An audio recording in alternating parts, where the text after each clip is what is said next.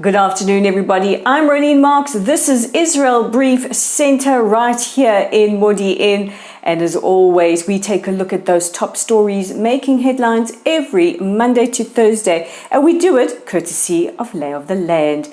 And it's very, very hot and humid here in Israel. You can no doubt even my hair is sticking up.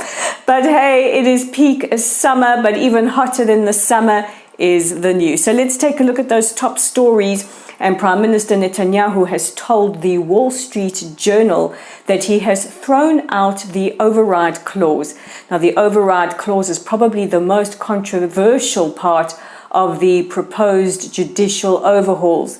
The Prime Minister went on to say he is very sensitive to the temperature of his people and knows what will pass muster. Now, the override clause would see a Knesset majority being able to overrule rulings from the Supreme Court. The Prime Minister also told the Journal that he has changed the clause that calls for the coalition to have more power in selecting judges. However, said he did not know what a new version would look like. The proposed judicial overhauls have been very, very divisive here in Israel, even filtering out to diaspora communities, and has polarized many people around the world. It has also led to widespread protests and concern from the international community. The editorial board of the Financial Times have called on the United States and European countries to boycott settlement goods. Now, in their editorial, they have made some damning allegations, including comparing settlements to Russia's illegal invasion of Ukraine. The editorial doesn't mention terror attacks against Israelis, saying Palestinians have killed 16 Israelis. I would like to correct them and say Palestinian terror has killed 28 Israelis. Now, this is sure to be met with a lot of pushback, and it'll be very interesting to see if they are willing to publish a right of reply.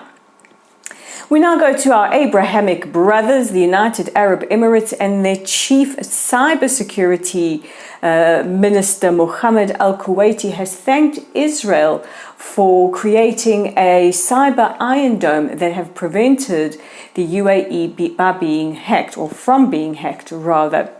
Kuwaiti said thank you to the great startup nation Israel and its many companies for providing us with a cyber iron dome.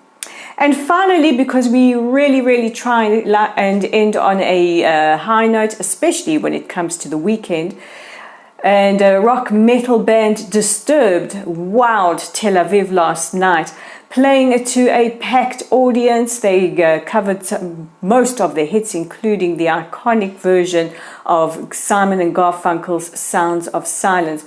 Now, the lead singer, David Dryman, is a fervent Zionist and used his opportunity on stage to address the audience, saying, you know, we are here amongst friends and brothers, and using some fruity language to tell BDS and Roger Waters where they could go. He ended the set with a beautiful version of Hatikva.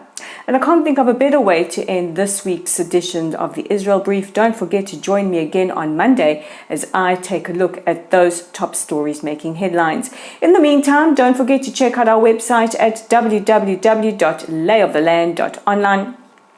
It's the weekend time, perfect for catching up on your reading. We've got a whole host of new articles and also Israel Brief broadcasts.